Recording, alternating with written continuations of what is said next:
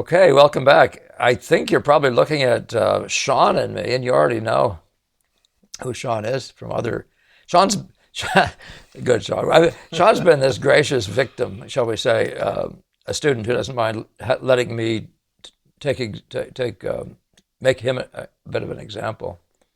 And so today we're actually talking about the other side of what we do. Shawn showed you a cast drawing, which is this sort of basically sort of an academic thing that's part of the structure of just getting basic knowledge, learning how to draw and studying the antiques and all that stuff. So getting yourself saturated in all the world of art that way. But this part here is the Brackman, shall we say, part, the Hawthorne or Boston School impressionist part, the Monet thing that Shawn is working on now. As you can see, it's landscapes. And what Gamble used to say that landscape is it's an eye wash. And the reason you do it is to go out there and get your eyes, improving your eyes for color and learning how to maximize color qualities. And Shawn's already experienced some of that out there. So I think we'll go straight to that, some of the images. But I want to first of all thank our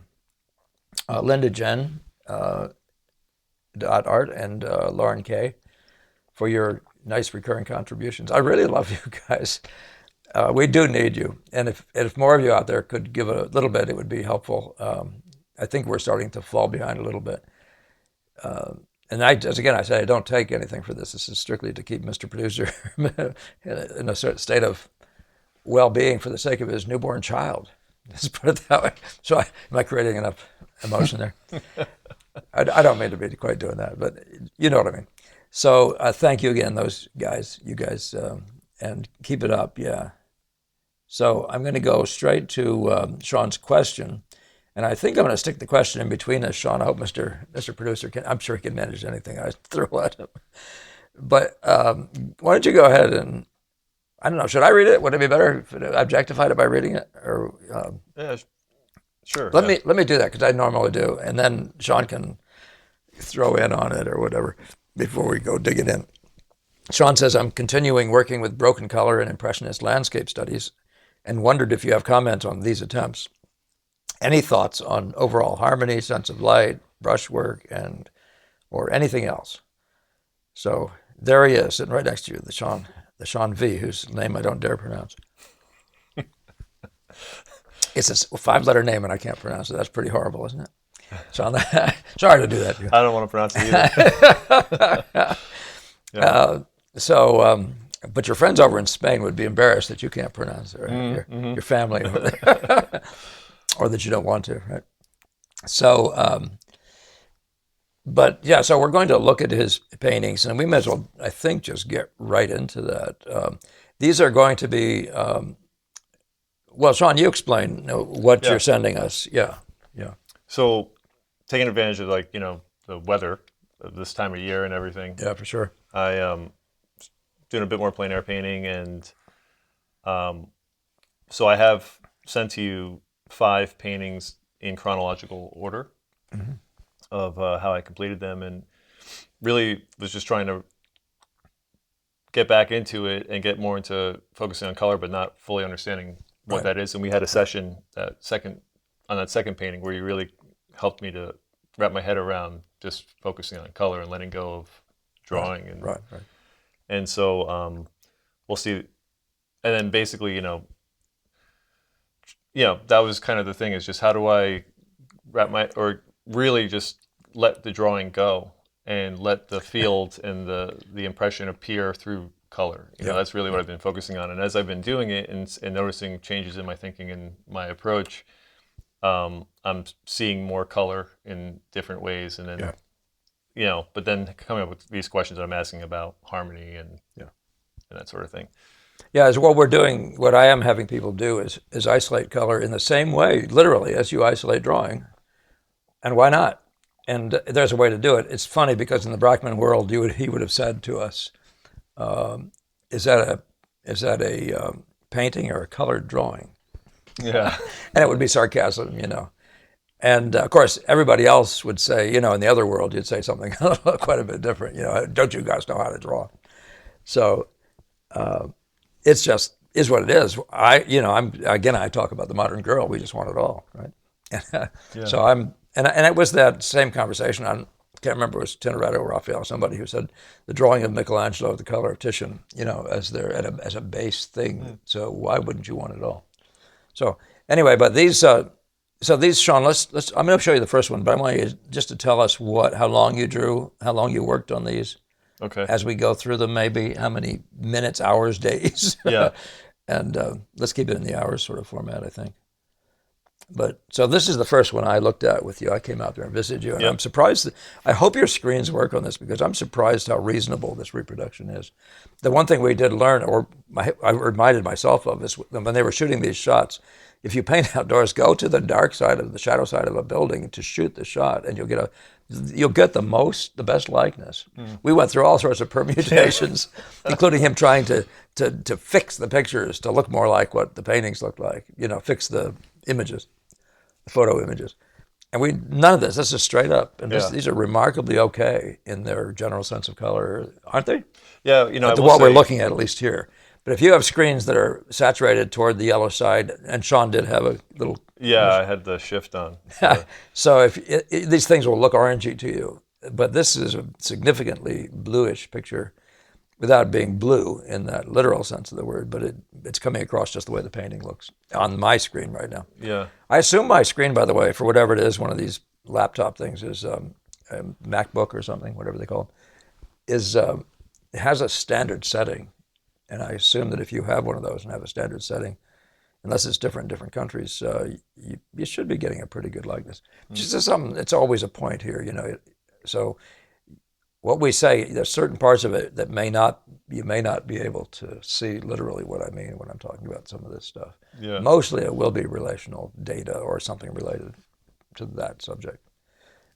Okay, so Shawn, what do you want me to do? Do you want me to do a critique, or do you want? Once you talk about it, what you did, and how many days, and all that sort of stuff. Yeah. So this one was probably about 5 hours, spread over 5 days. Okay. Yeah. An hour a day. Yeah. Yeah. Same location, same time. Yeah.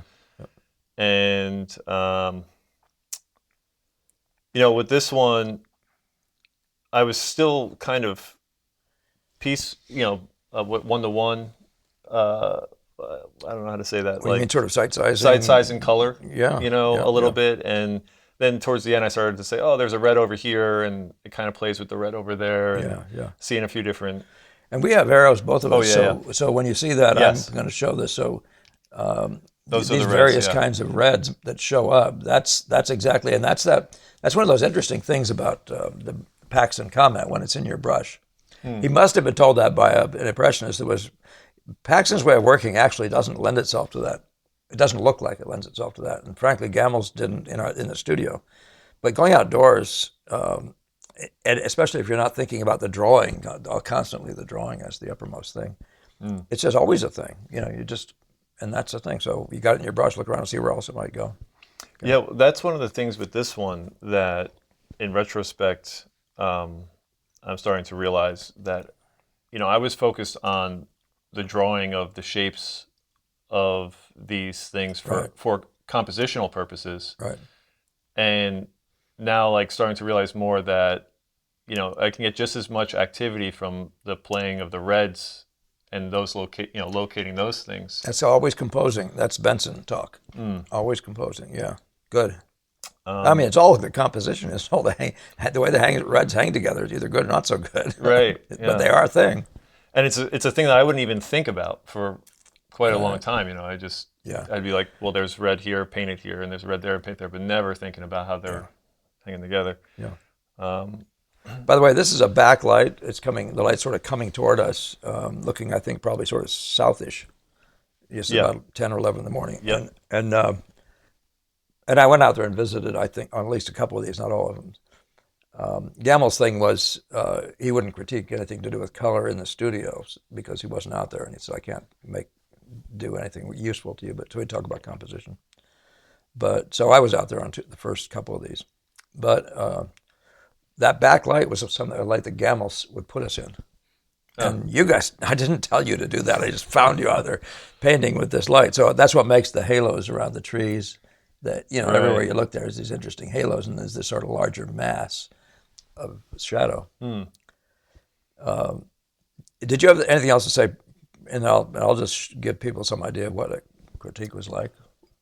Yeah, well, I'll just say one thing that just as it come into mind that for a significant, as I recall, like a significant part of the painting, I was avoiding these fingers from the trees. Yeah, right, right. Just out of Leaving a big fear. blank there. Yeah, I was trying to protect, myself from a mess in these high contrast areas with the color Right.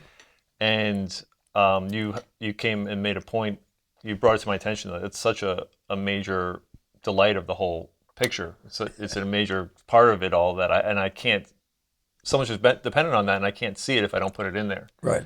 Right. And the second I just after you said that, I just immediately got in there and did it, and it just changed so much for me. I was like, wow, like I can't believe I left that. So it really just stuck with me as like not trying to avoid things, when being out there. Well, the center of interest really has to be incorporated. The key aspects of it that make it the center have to be involved early and often. And that's one of those things you just have to be constantly aware of.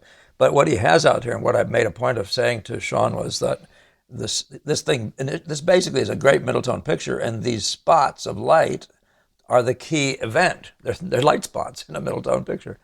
Now, I mean, you can describe that differently, but that's the model, the sort of classic to the view, the eye. If it's a dark picture, it's the light spots that dance around that make you go and look at it in the first place, that sort of thing. So it's that initial impact of the main spotting. So that's one thing. But the other part of this has no center of interest until you actually talk about the drama created by these key silhouettes and the very interesting silhouettes. The fact that they're so interesting. But a lot of times what happens is people go there, Shawn, and probably your inclination was the same, and you'll spend too much time there and you won't get the field. And so taking a view where you have a fleck of this and some parts of this one and some parts of, and scattering around and doing this field with the idea of a field, I'm thinking of it as a field of color. And it's just flat. If you see the world as 3D, it gets even more weird and unapproachable. But if you see it as two-dimensional, that really changes everything. And that's why when you put a red down, you immediately see the field and you say, oh, look at the reds are going bang, bang, bang across the... Yeah. But of course, it's the same thing with the lights or the power silhouettes, that those things are features in the picture. So. It's such a great point for me because it helps me move away from this thing of like, I'm working on this area here, trying to get it to some level of development. Right. And then what's next, as opposed to like this other mindset, which is like, if I put something here, immediately, what is it speaking to? And just if I see a strong silhouette here, where do I go next to see like another silhouette that speaks to it? And that just helps me stay in the hop, hop, hop kind of all over the place at once. Yeah, yeah. I wish this was a little higher because I don't like looking down. I'm always aware of sort of the general way we feel doing this, but I think we're okay. Yeah. I'll have to just keep on trying to keep my eyes up. You guys out there, though, one of the things I've mentioned to these guys in the past is to use broken values a little bit. So even though there's shadows, there's an element of flatness. You want it to be essentially flat, but you don't be stupidly flat if it doesn't present that way. And there's always flickers of the shadowy areas and stuff. So the general field of it, like this one here looks more flat than almost anything else, maybe, these shadows. But that's a principle, is the flat shadows. Indoors, you can make things that are virtually without anything in them, And but in this case here, though, it's just the general field. Become aware when you go out there. One of the things I made a point to you is that it's generally a textured field. Yeah. And the places where it isn't, these spots here, those guys don't put texture into them. You don't need to have a false sense of unity. There is a field that has texture and no texture, or relative degrees of texture. But all of this is color contrast, two values that are not the same, side by side, producing this over here. So all it means basically is you just don't have to be careful over there to do, to get the value just perfect. If you get it a little bit off in value, it'll be part of creating the texture. So you get that experience from trial and error. You paint something down here, like an area like this is a very well handled area from that point of view. it has that general sense of the noise and a little bit of forminess, but it's not looked into and drawn in this careful way. And by the way, all this means is what you're doing is you're giving the field a chance to perform coloristically on its own before you do any introducing. And that's what the beauty is the Boston School. When you go and start introducing drawing, it becomes a question of how much. It's much like this flatness here that I talk about. Flatness can be in a picture. It makes it part of the featuring thing because it's uniquely flat. And that's true also of the highly developed drawing. You know, those kinds of areas they're unique and but the whole field doesn't have to do that. And yet you don't go in here and take a different approach to it. You don't go in there and say, now let's do an academic study of the tree in this spot. Right. The Boston School guys are saying just articulate what really does read well and keep backing up and looking at the whole again. Don't get caught in that as if it was just one object. But you've got some really, Shawn, since I saw this last year, seriously improved this out there. So thanks. Yeah, that's really good. You mentioned about going 3D and what that, not going 3D. Right. And when I remember choosing this spot, my whole mindset was about look at the depth right through there and that like all that color and stuff right in there. But it was always kind of my mindset was always in the 3D. Well, you see, that's not an issue. Okay. You can pick a spot for that reason, but you can't paint it that way. Yeah. Well, I think I was kind of beginning the painting with that. You're trying to, as if you could force that. Yeah. And poke holes in the canvas, make it go back. Right. No, that's very funny. By the way, this is what is this, 8 by 10? Yeah. I mean, so these marks, they're in some sense clumsy a little bit because of that, And be aware of that sort of mark making stuff. You can do lots of different things with brushes, but the smaller it gets, the more difficult it is to get much variety. Mm-hmm. Bunker, Dennis Bunker is a nice example of obvious different sizes of marks as you go further into the field. Yeah. Which is just it's purely what you might call a formula of a sort, because he's still not painting things out there particularly. Yeah. Although in the foreground he gets closer to be painting, like if this thing's there, he begins to be showing those, evolving them more. So that's a thing you might look at in terms of different kinds of evolutions he's come to. We're going to be here all day, Shawn. I better look at the next one. Did you have anything else about that, about what happened out there? Are we between us? Are we good on this one? Yeah, I think we're good. Yeah. Because it did, you did have some good effects in the next ones. All right, so now we're going to go to this one, and I did also visit you. This is over in somewhere near Monroe. Yeah. New Hampshire. Yeah, the Monroe Bridge. The Monroe Bridge, yeah. Now this was fun for me. A couple things you did here I would correct, but if you would just say something preliminary and let me treat this like a critique, but just tell us preliminary how big this is and what you're up to. Yeah. This is again probably the same 8 by 10, 5 hours on same time midday, like probably around like 3 o'clock, 3 to 4 around there, right. 2:30 to 3:30ish. Yeah.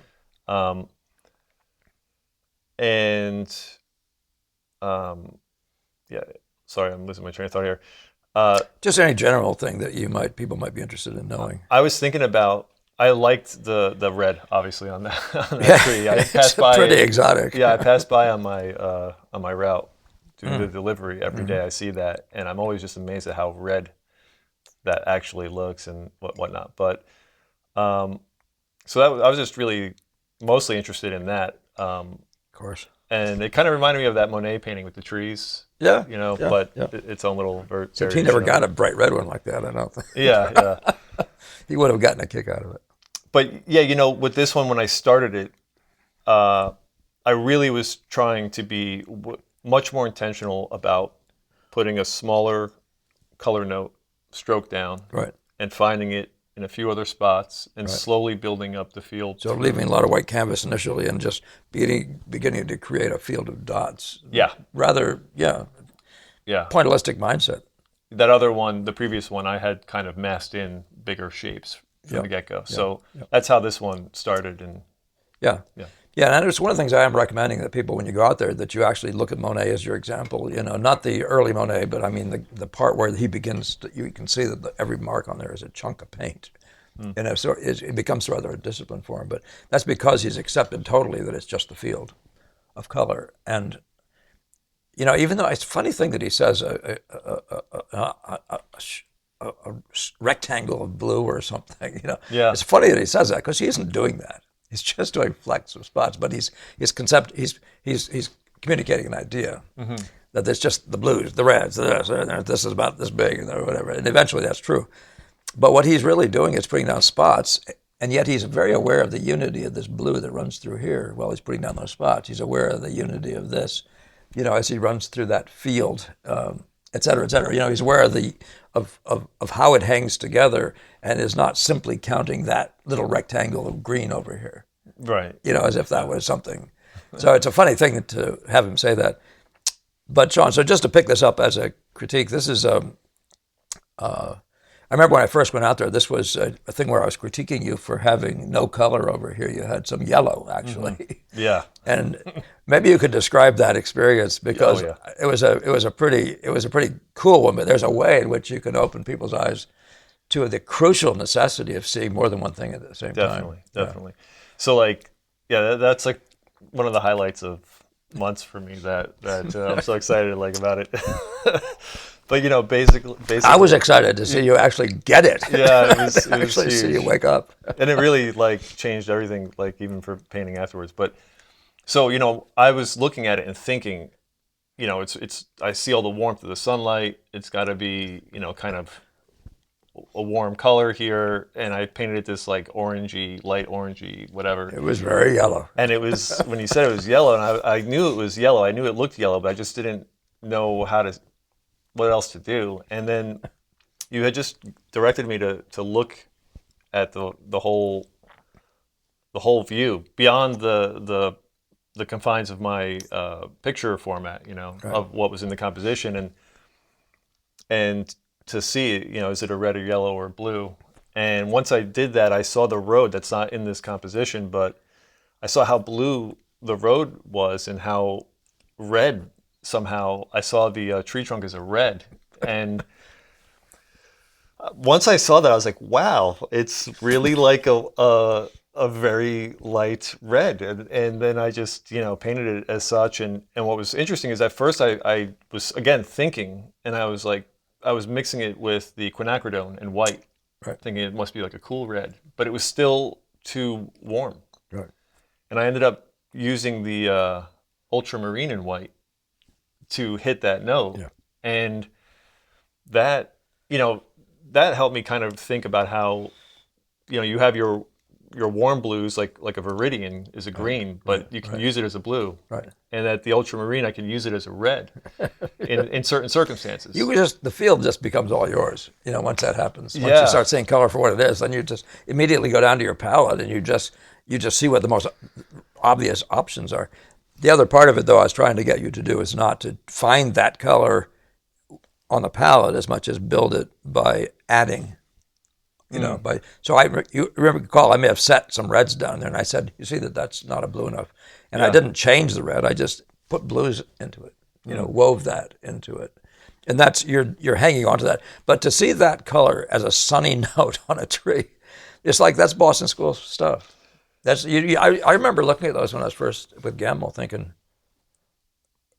will I ever see that? Yeah. And you're thinking, but maybe it was just there then for them in that spot, and what I'm looking at isn't like that. But the real key to this is to just take in more than one thing at the same time.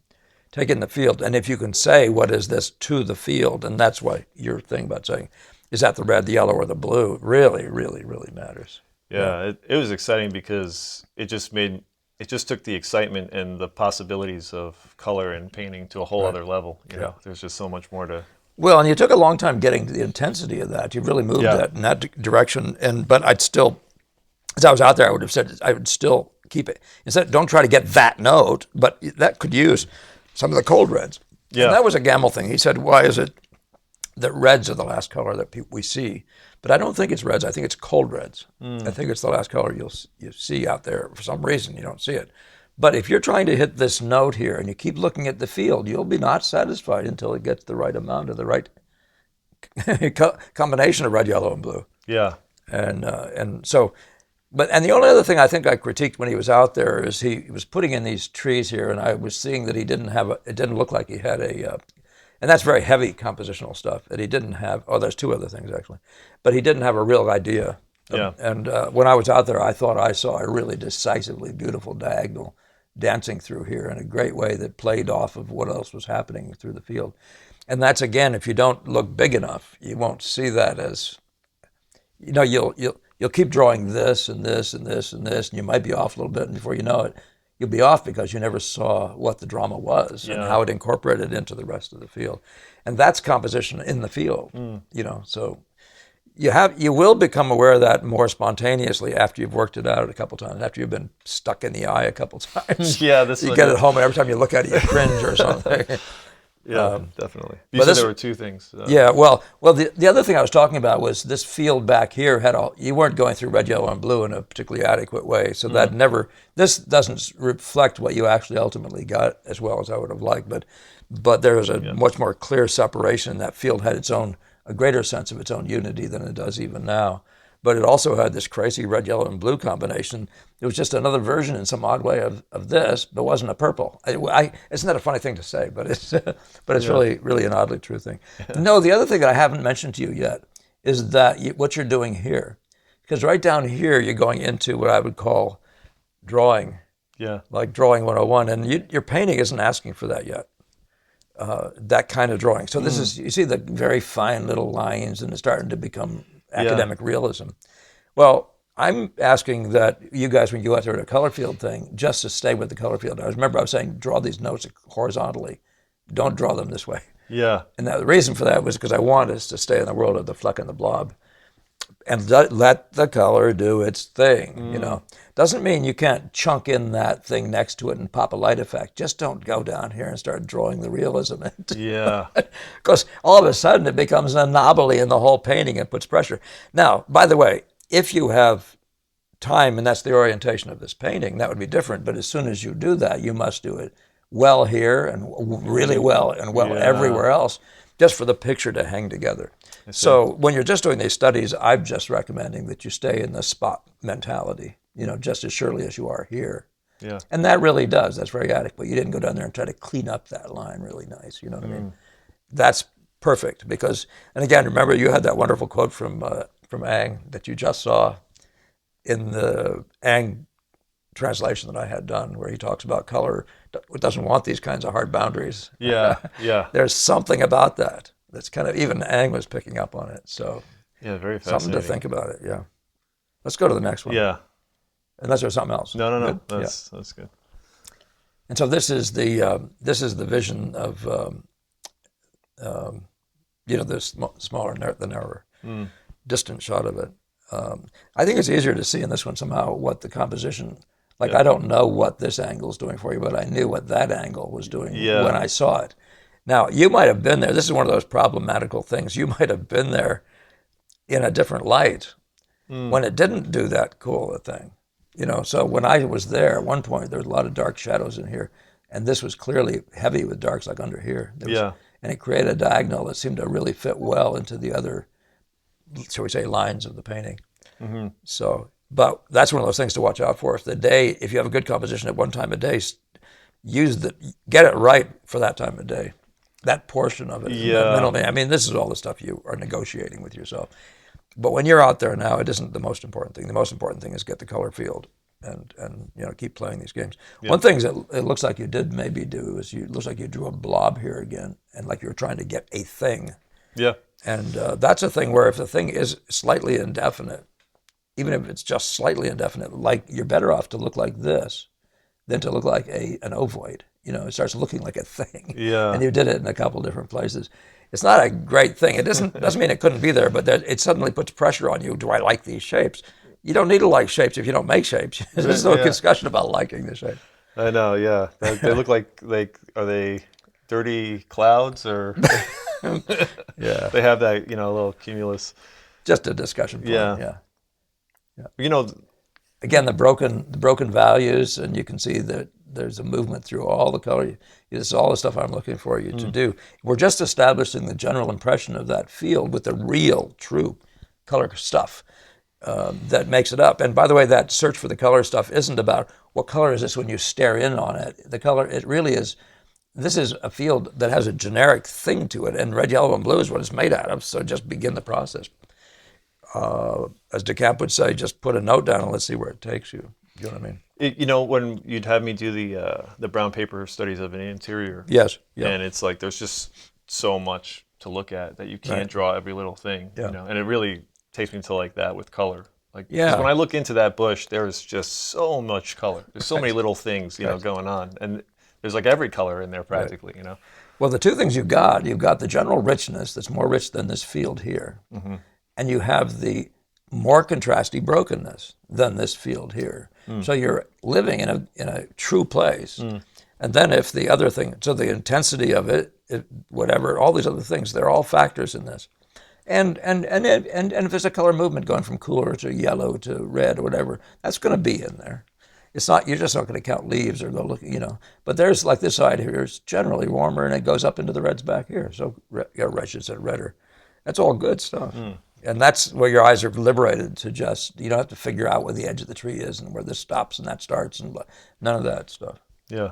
And again, this is a good case in point where if that's on your brush, if you see it in 2 or 3 other places, even in variation, like this might be a richer version or a redder version of this, and then you see that, and then maybe you're way up here picking up another one, all the way you're addressing this question of composing all the time. But yes, you're really operating in a good place to have success in color once you get to that point. This is back to the bigger. So this one, tell us about this one. Okay, yeah. So this we a group of us from the studio. I think I'm going to switch this one. Yeah, because it's such a dinky and picture. it's a 5 by 7 inch painting. That we did up at Crawford Notch, which is a really scenic area in New Hampshire, and this was not more than an hour. And it was I'm in a river. What is it? Yeah, 5 by 7. 5 by 7. Yeah. So I'm on a dried up riverbed in between these two mountains. The sun is, setting. I'm kind of everything is in this ambient, non-lit area. So that was the scene. Yeah. So I barely had a chance to look at this, but you're doing what I'm looking for you to do, and the fact that you could do that in an hour and get it covered, that what looks intelligently, and I say intelligently just meaning color relations, value relations, that sort of stuff. This is there's only all that's going to happen is life's going to get better and better for you as you go through these things. Oh, good news. I mean, pulling getting it to be together and then really pulling it together are two different things, But getting out there in the field and getting all the notes down, so it's largely doing what you want.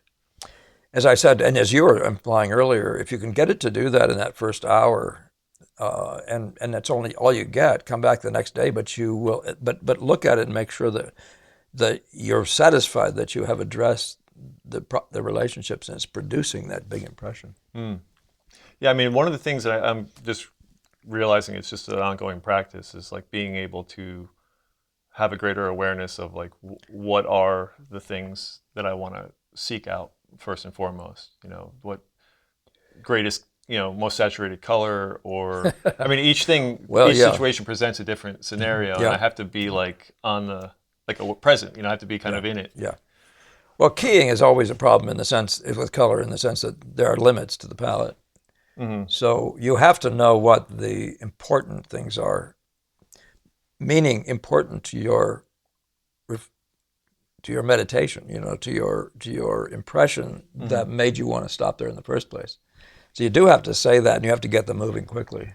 Yeah. The other thing I try to get people to do is see if you can picture this thing and say, as maybe even hanging over next to another picture over a couch, and say, is it a chromatic picture? Is it hyperchromatic? Is it a middle tone picture, a dark picture? And try to get a vision of what kind of picture this is.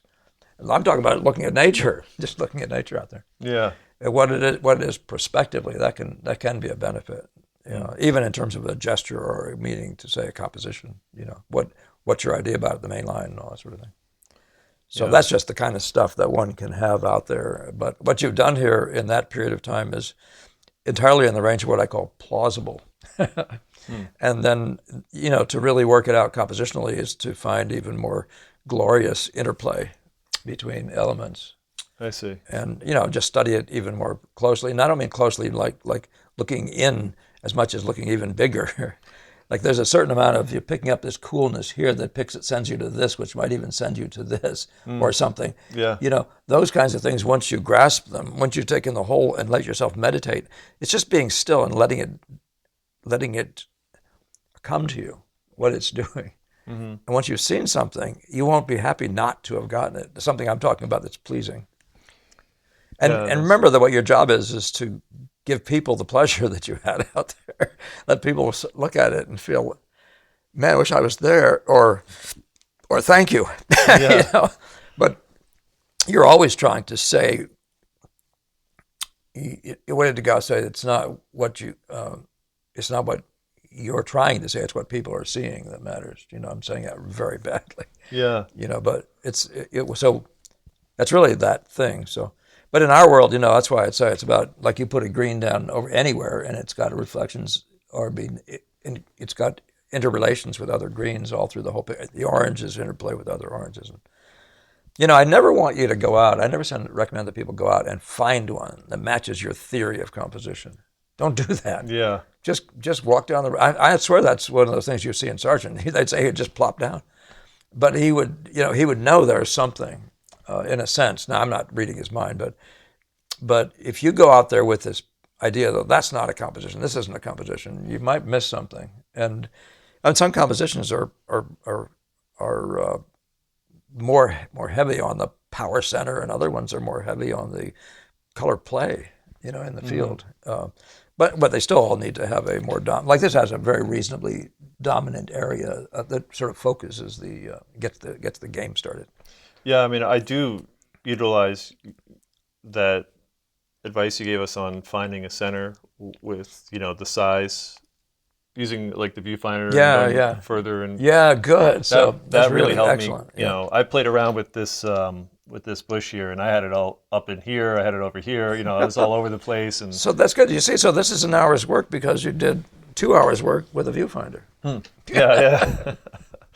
Just by doing that, really think it through. I even recommend people take tape out, and if you don't like this rectangle, tape it off. Put a piece of tape across the end. Oh, yeah.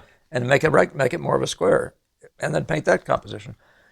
It doesn't mean you couldn't do that once you get in the studio and adjust the composition and that sort of stuff. But I'm a big fan of painting paint the composition holistically, meaning there it is, there's the rectangle. Let's make a composition by the seat of our pants. Oh, I love that. I don't know why, but I never thought I could just tape it off and do that on a panel or something. Yeah, and it works fairly nicely, actually. You can tape it off all the way around and you pull it off and you have a nice frame around it, even if one side is bigger. Mm-hmm. But I mean, that's not for framing. You'd have to work on it to frame it better. But thank you. So, Shawn, tell us about this one, and then I'll tell you. I mean, this one actually is the nearest thing you've done of all these things to incorporating the rest of the story of the Boston School, what the Boston School does. And I don't know if you know. I assume you know what I'm talking about, but it's still, nevertheless, don't tell us that, but tell us the size of this and where you were and how long and all that sort of stuff. This was another spot in the Crawford Notch in the morning, probably like around 10:30-ish, I'm guessing. Right. 8 by 10 inch painting, right. And I'm trying to get these guys that get up to 11 by 14, because they're more presentable. You can use them in shows and things. But anyway, this is good. You can use these too. Yeah, so I mean, it's probably like an hour and a half to. I mean, I don't think we were there for 2 hours, but it's so I would say probably about an hour and a half. Yeah.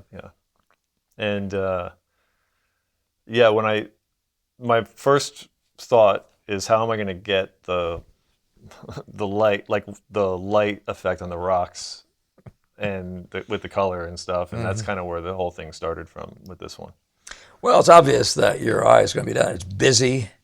It's the lightest light, all that sort of thing. So it's for sure going to be that plus this is going to be very dominatingly this, distribution of lights and the hyperchroma up here.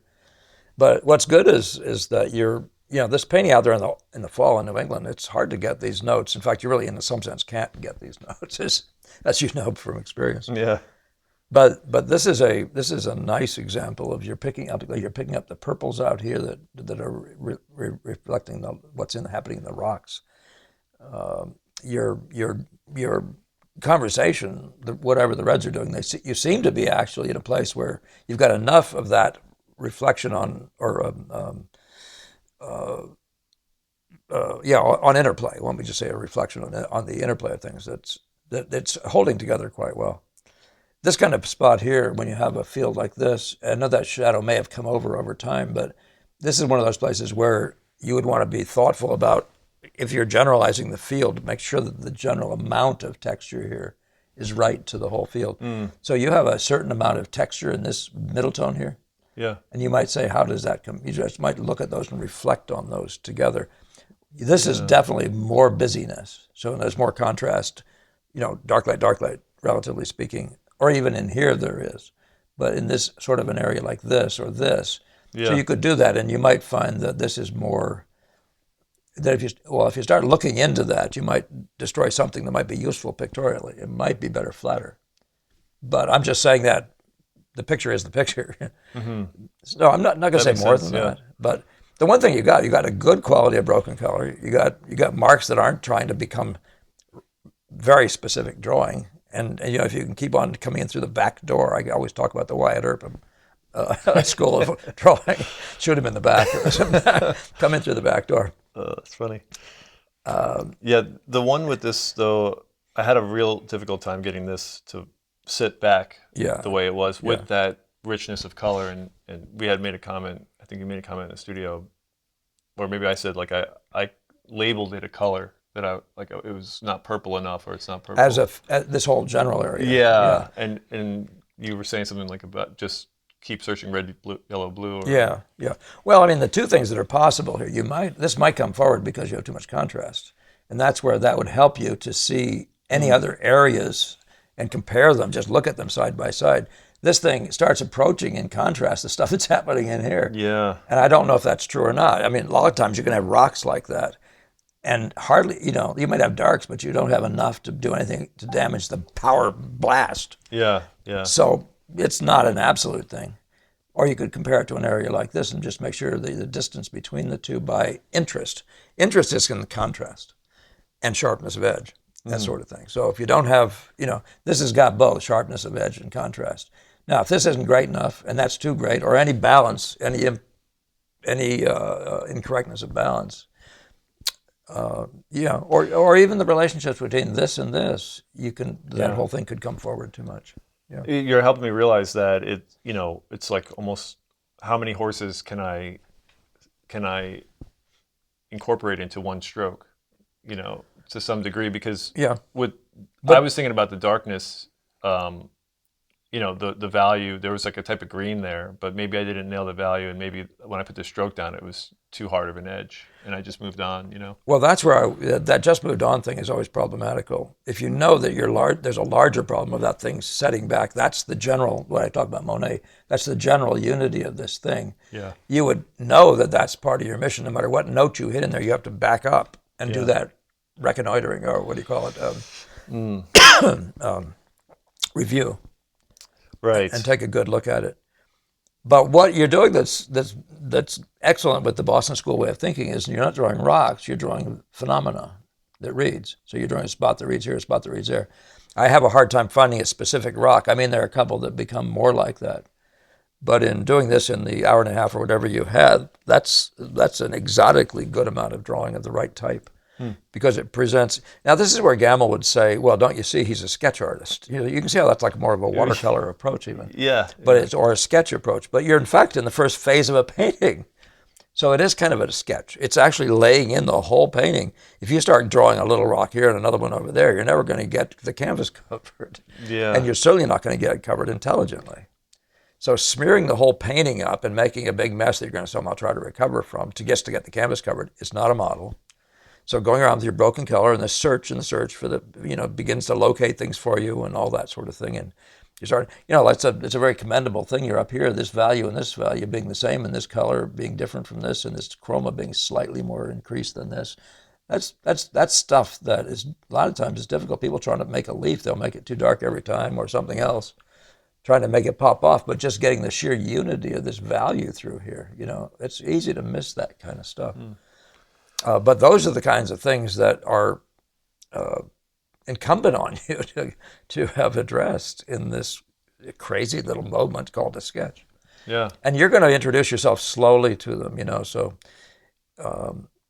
in any area, you have to be, if you're after this thing as a green and it's part of the green field, that's one thing. But then you have to keep checking because it's part of it. It's also doing something else. It's part of the color field. It's part of the contrast field and all that sort of stuff, So Yeah. yeah. Yeah. I mean, just reflecting on it, there was so much going on that there was no way I could get into approach the mindset of drawing rocks or drawing something, So the thing I ended up resorting to was just constantly looking to see if it's hanging together.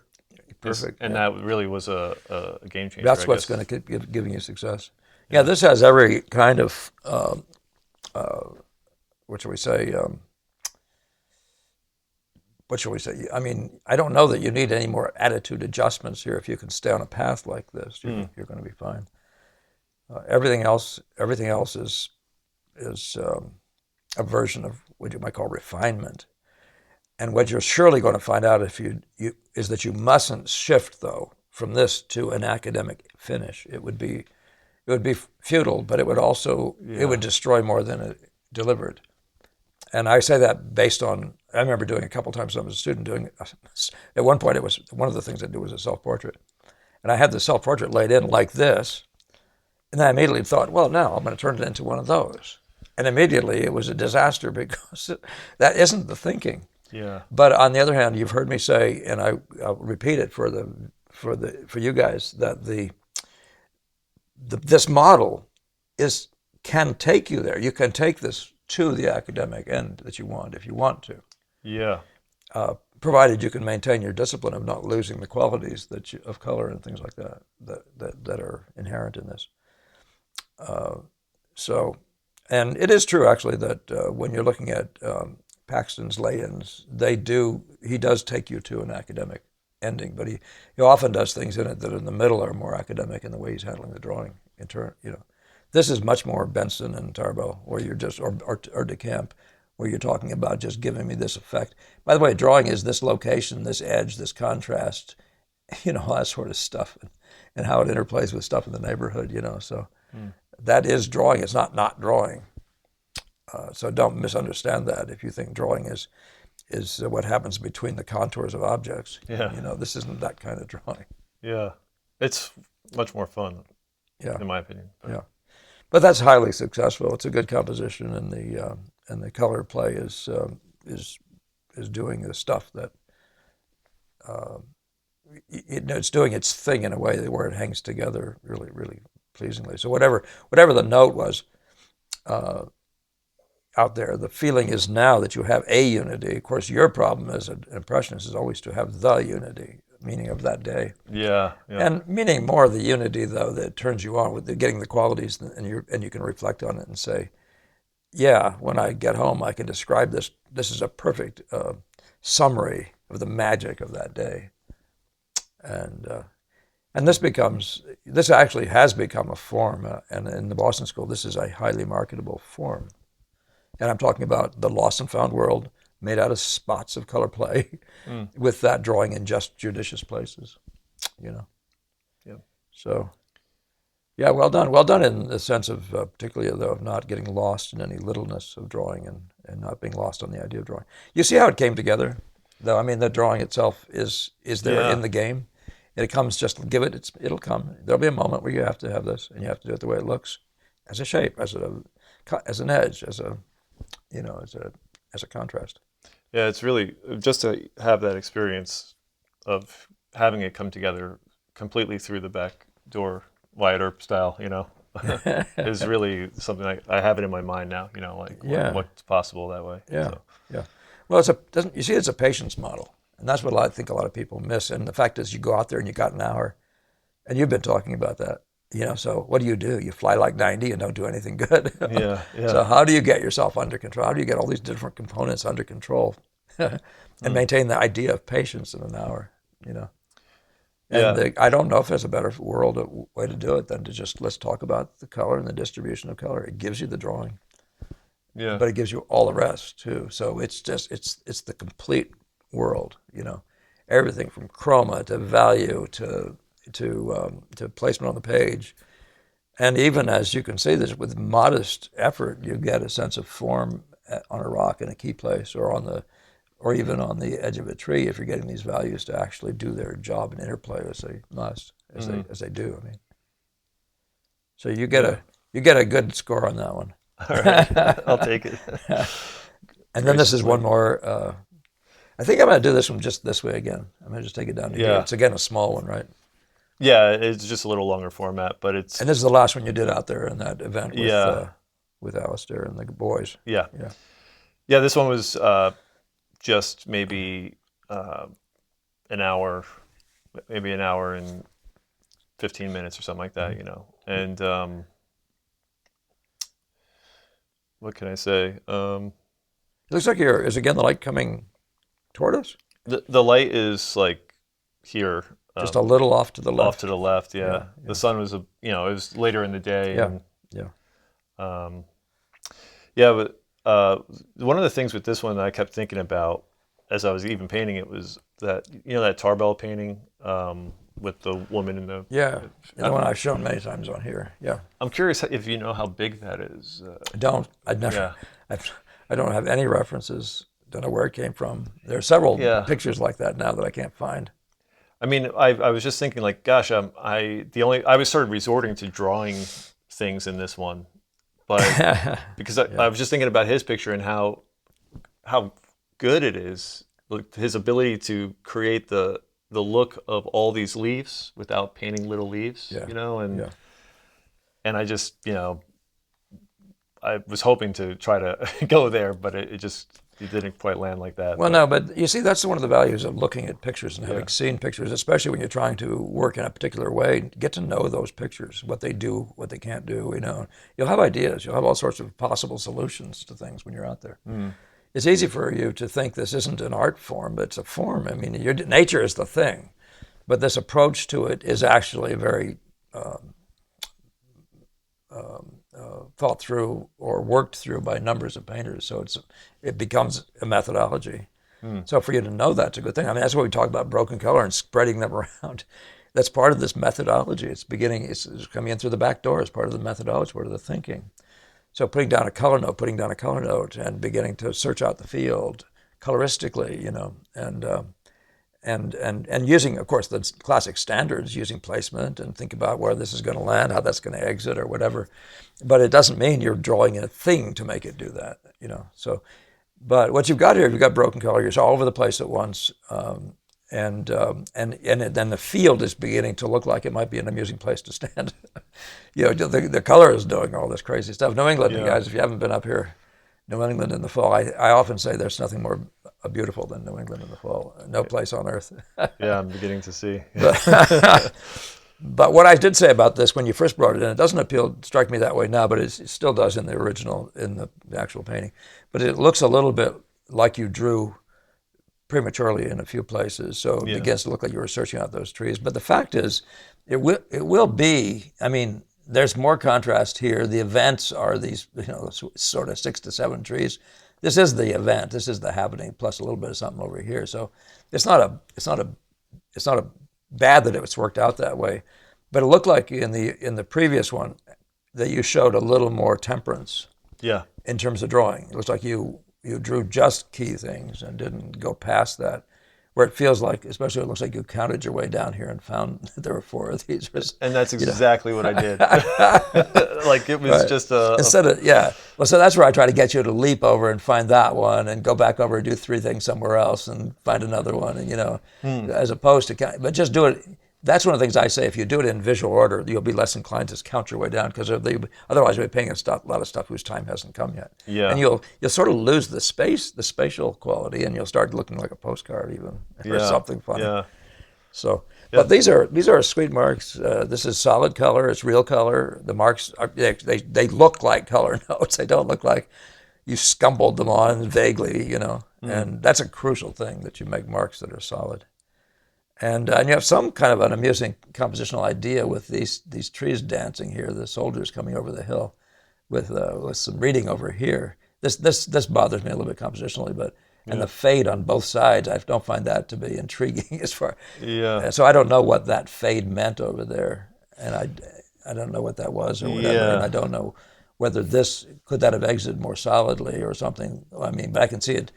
There's something weak about the mountain line. That's about the only thing I would say about it, and so it doesn't quite resolve as a composition. This thing, by the way, if it were a little further over, and I'm not saying it should have been, it would have given you a good placement for the game that's set up by these guys here. Yeah. And that's one of those times you might, at the end in a studio sitting or something like that, move something. But I'm not suggesting that I know that for sure, by the way. I'd have to be a trial and error thing with me. Yeah. But it does feel like the composition goes frail on us by fading at the edges, and giving us no solid connection to the frame. And I don't know if it did or didn't. So you're out there, it's you. You know what's interesting is like what I saw, I lost the shape of the mountain a little bit. And I saw this thing where like there was this like kind of greenish thing coming this way. Yes. And there was this kind of movement this way. Oh, good. You're picking up on the mainline thing. And this part of the mountain, Seemed somehow I to fight pushed it up, but it was kind of flattened out, like a little lower. Yep. And then ducked down, and it was a little higher over here, and then ducked down. So it kind of like was playing off of this in a way that I lost with this peak here. Well, so again, that's the composing. The more you actually study composition, the more you're going to be there for that, and you're going to do it spontaneously. And again, that's what the sort of thing you'll see with a guy like Sargent. He actually grasps the underlying unity of the line in a composition. Yeah, that's just experience, though. Yeah, I just let it. I think I just let it go. But it did have a harder exit, and the day does end.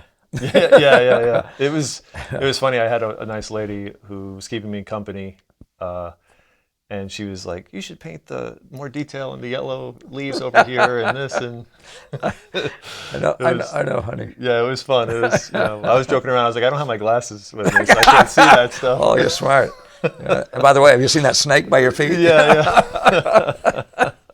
There's snakes around here. Yeah. That's a Winslow Homer one. Yeah, but this does have an obvious diagonal here, a big but diagonal, and there's an element of counterline that might do that. So it's not implausible, but somehow or other it doesn't quite deliver on this corner, and that's all I would say about it. Yeah. It doesn't. There's a unity thing there. Maybe whatever your rhyme scheme was, I could see how this being lower and this happening differently, or even that being flat. I mean, I'm not sure that I like the dip right in the middle of the picture, like right in the middle of the saddle, right in the middle of the picture. Just as from the distance, that just is sort of a failure of where's the pyramid? And I don't mean to say I want it to be a pyramid, but it's just a thought. Yeah, no, it definitely was not. Like I said, I lost it a little bit. I think we're just at an hour, aren't we? Yeah. Wow. Yeah. Wow. All right. Hey, Too Shawn, we're going to get out of here. Sounds good. I think we better, for the sake of the poor Mr. Producer. Yeah. You guys are going to have to send more donations because he's going to have to put a lot of time into this one. All right. Shawn, thank you for doing that. Yeah, thank you, Paul. I really appreciate pleasure. it. Yeah, for being the victim or whatever it is. This conversation is the conversation of our world, and but what I'm suggesting in all this conversation is that don't you want to be a master of color on its own? It's like isolating the idea of become a master of color and learning the lesson of Monet by experience, by being out there and playing, with this kind of stuff, and don't underestimate it. Some people have said, I think Norman Rockwell said, that you just paint for your generation. You can't worry yourself to death over whether these colors are going to fade, but the strange thing about Monet is his colors are holding up. Yeah. Some of that's just the sheer thickness of them, but so it's not a thing to give up on because it might fade over time. I mean, even if you're looking at Ang's, his colors haven't died. They aren't dead. And yes, this is nuanced work, and some of what's happening may be lost in the process. But one of the things you talked about, and I have to go on just a second longer, is that whole mentality of the harmony. So we're talking about it in different ways, but that one thing I want you all to keep on remembering, and I think I'm going to reflect back through these with Shawn, go back to them, but what we're trying to do is make what the Boston School guys are trying to do that's very unique is to maintain that impression of this moment of atmosphere, this totality that produces this item, Mm-hmm. that has nothing to do with subject. And I think, Shawn, I think you put yourself on a nice path if I just walk us through these of addressing that. This feels like a field of daylight. And by the way, guys, and not to make it this discouraging, these shots with light coming through them on a computer make them more glorious than they are. But this is still excellent work in the way I'm talking about. No matter how much light is being forced through, the relational stuff is all really good. But just jumping us through these, that's that thing. Can you grasp that and maintain that? And, because that's its own discussion. It's like a tapestry, and the colors all have to be in the right places, doing the right thing. And it has to produce this sense of joy in you, the sense of like, wow, that the great Italian conversation. So there they are. And so we end with the one you started with. Again, Shawn, thank you. And so all you guys, please do consider, if you can, donating a bit, and then keep the questions, conversation coming. Send images of stuff you're working on if you like. We can have a sort of discussion like this. And I am eager and willing to Zoom with people to do this. Somewhat like I did with Shawn. It's not as easy to do if I haven't been out in the spot, with you. But yeah, never know. There's a number of things that one can talk about if you're making the effort to do this in this way. The color field for its own sake, and not as a adjunct to drawing per se in that old school sense of drawing. So, all right. I look forward to seeing you on the next one. Thank you again to Linda Jen and Lauren K. Guys, this is so appreciated. All right. You take care. Have a great painting week.